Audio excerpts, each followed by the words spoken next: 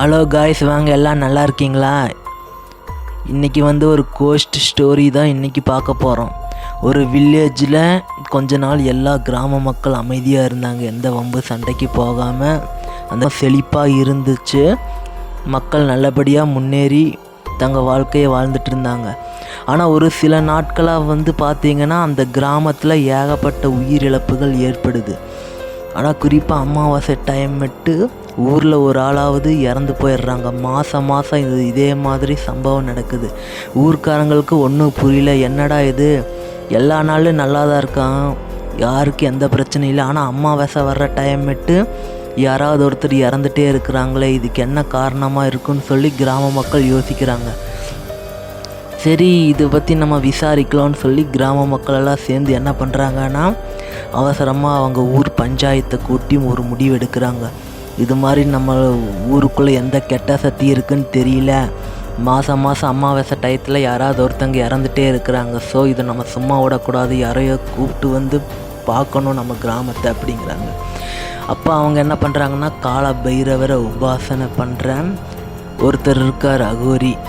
அவர் எக்கச்சக்கமான மந்திர தந்திரங்களாக தெரியும். பைரவர் உபாசகரான அந்த அகோரியை கிராம மக்கள் தங்களோட கிராமத்துக்கு கூட்டிகிட்டு வர்றாங்க. அவர் கிராமத்துக்கு தன் சிஷியர்களோட நிறைய பூஜைகள்லாம் செஞ்சு நிறைய மந்திர தந்திரங்களை எல்லாம் பயன்படுத்துகிறாரு. அப்போ அவருக்கு தெரிஞ்சிருச்சு என்னன்னு. அடுத்த டைம் கிராம மக்கள்கிட்ட சொல்கிறாரு அந்த அகோரி. என்ன தெரியுமா சொல்கிறாரு, உங்கள் ஊரில் நிறையா டைம் உயிரிழப்புகள் ஏற்பட்டிருக்கல்லவா, இதுக்கு காரணம் ஒரு கெட்ட சக்தி உங்கள் கிராமத்தை ஆக்கிரமிச்சிருக்கு. அதனால தான் உங்கள் ஊரில் அடிக்கடி உயிரிழப்புகள் ஏற்படுது.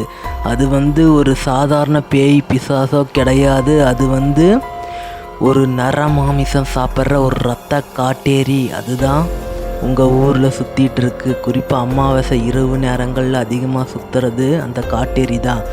அந்த காட்டேரி தான் உங்கள் ஊரில் இருக்கிற வேறையும் காவு வாங்கிட்டுருக்கு. அது ஒரு காட்டு பகுதியில் வாழ்ந்துட்டுருக்கு. நீங்கள் அந்த காட்டேரிக்கு சரியாக படையல் போடுறதில்ல, எந்த இதுவும் பண்ணுறதில்ல. அதனால் அந்த காட்டேரி அகோரமாகிருச்சு.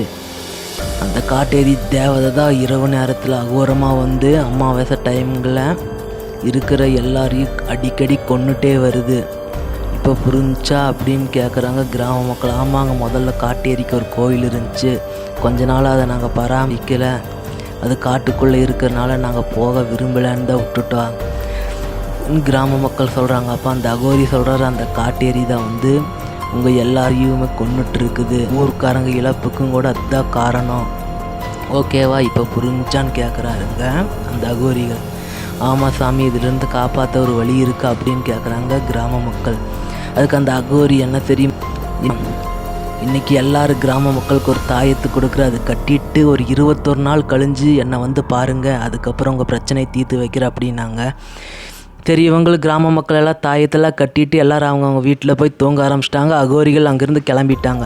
அந்த 21 நாள் தாயத்து கட்டினோன்னு இவங்களுக்கு எந்த பிரச்சனையும் கிடையாது. ஆனால் ஊருக்குள்ளேயெல்லாம் யாரோ அழுகிற மாதிரி, சிரிக்கிற மாதிரி, எனக்கு ரத்தா வேணும்னு கத்துற மாதிரி நிறையா சவுண்டெல்லாம் மக்கள் பார்த்துருக்காங்க. ஓகேவா, குறிப்பாக ஒரு ஆலமரத்துக்கிட்ட இருந்து அதிகமாக சவுண்டு வருது அப்படின்னு சொல்லியிருக்கிறாங்க. 21 நாள் கழிஞ்சு மறுபடியும் அந்த அகோரிக்கிட்ட போய் கேட்குறாங்க. இது ஊர் மக்களெல்லாம் சேர்ந்து அந்த அகோரியை கூட்டிகிட்டு வர போகிறாங்க. ஆனால் அந்த அகோரி என்ன சொல்கிறாருன்னு தெரியுமா, இப்போ என்னால் ஒன்றும் பண்ண முடியாது, அமாவாசை டயத்தில் தான் அந்த காட்டேரியை என்னால் கட்டுப்படுத்த முடியும், ஸோ இப்போ நீங்கள் கிளம்புங்க அப்படிங்கிறாங்க. ஆனால் ஊர் மக்களெல்லாம் சேர்ந்து அந்த அகோரிக்கிட்ட சொல்கிறாங்க, சாமி இப்போ நாங்கள் போயிட்டோம்னா எங்கள் கிராமத்தை தொந்தரவு பண்ணுமே, அதுக்கு ஒரு வழி சொல்லுங்கள் அப்படிங்கிறாங்க இந்த ஊர் மக்கள் எல்லாம். அகோரி என்ன சரியுமா சொல்கிறாரு, எல்லாருக்கும் தாயத்து இருக்குல்ல, அது உங்களை பாதுகாக்கும், நீங்கள் எந்த கவலைப்படாமல் தைரியமாக இருங்க, அந்த காட்டேரியால் உங்களை ஒன்றும் பண்ண முடியாது, நான் பார்த்துக்கிறேன் அப்படிங்கிறாங்க. ஆனால் இந்த கிராம மக்களுக்கு இதில் உடன்பாடு இல்லை. அது வரைக்கும் எங்களுக்கு பாதுகாப்பு கொண்டு கொடுங்க அப்படிங்கிறாங்க, ஏதோ ஒரு பொருள். இப்போ அந்த அகோரி என்ன தெரியுமா சொல்கிறாரு, பைரவர்கிட்ட பூஜை பண்ணி ஒரு 4 திரிசூலத்தை கொடுக்குறாரு அந்த ஊர் மக்கள்கிட்ட. எங்கள் ஊர் என்ட்ரன்ஸ்லேயும் ஊர் எல்லாம் முடிகிற பகுதி 4 திசையிலையும் திரிசூலத்தை நட்டி டெய்லி அமாவாசை முட்டு அந்த சூளத்துக்கு பூஜை பண்ணுங்க, எந்த பிரச்சனையும் வராது உங்கள் ஊரை சுற்றி அப்படிங்கிறாங்க. அதே மாதிரி பண்ணாங்க பூஜை, எந்த பிரச்சனையும் இல்லை. அமாவாசை அன்னைக்கு பூஜை பண்ணிவிட்டு அந்த திரிசூலத்தை மறுபடியும் எடுத்துகிட்டு அந்த அகோரிகள்கிட்ட போகிறாங்க. அந்த அகோரிகள் போய் சரி ஈவினிங்கே நான் வர்றேன் அப்படின்னு சொல்லி அன்னைக்கு நைட்டே அந்த பைரவர் உபாசனை பண்ணுற அகோரிகள் சில சிஷியர்களோட பைரவருக்கு பூஜை போட்டுட்டு அங்கேருந்து அந்த கிராமத்துக்கு கிளம்ப ஆரம்பிச்சிட்டாங்க. அந்த கிராமத்தில் போய் நிறைய பூஜைகள்லாம் பண்ணி அந்த காட்டேரியை சமாதானப்படுத்தி இதுக்கு மேலே ஊர் மக்களை நீ தொந்தரவு பண்ணக்கூடாதுன்னு சொல்லி அதுக்கிட்ட சத்திய வாக்கெல்லாம் வாங்கி அதை ஒரு கட்டிட்டாங்க. பைரவர் கட்டுன்னு சொல்லலாம். பைரவர் மூலியமாக அதை கட்டுப்படுத்தி அந்த காட்டேரியை ஒரு இடத்துல ஆணி போட்டு ஒரு மரத்துக்கு அடியில் அடிச்சிட்டாங்க. அதுக்கப்புறம் ஊர் மக்களுக்கு எந்த பிரச்சனையும் இல்லை. ஆனால் அகோரி என்ன சொல்கிறாருன்னா, வருஷம் நீங்கள் இந்த மரத்துக்கு பலி கொடுத்து அப்படி இல்லைன்னா மாதம் அமாவாசை டயத்தில் பலி கொடுத்துட்டே இருக்கணும் இந்த காட்டேரிக்கு, நீங்கள் உங்களை எதுவும் பண்ணாது ஓகேவா அப்படிங்கிறாங்க. அதுக்கப்புறம் ஊர் மக்கள் எல்லாம் மாதம் ஒரு பலி கொடுத்துட்டே இருந்தாங்க. அதுக்கப்புறம் எந்த பிரச்சனையும் இல்லை. இப்படியே எங்கள் பைரவரோட அருளால் இந்த ஊர் மக்கள் செழிப்பாக வாழ்ந்தாங்க. எந்த பிரச்சனையும் இல்லை யாருக்கு. ஓகேவா? ஸ்டோரி பிடிச்சிருந்துச்சா சப்ஸ்கிரைப் பண்ணுங்கள், ஷேர் பண்ணுங்கள், லைக். ஸ்டோரி பிடிச்சிருந்தா லைக் பண்ணுங்கள், ஷேர் பண்ணுங்கள், கமெண்ட் பண்ணுங்கள், சப்ஸ்கிரைப் பண்ணுங்கள். இன்னொரு வீடியோவில் பார்க்கலாம். பாய் பாய். மீண்டும் சந்திப்போம். பாய்.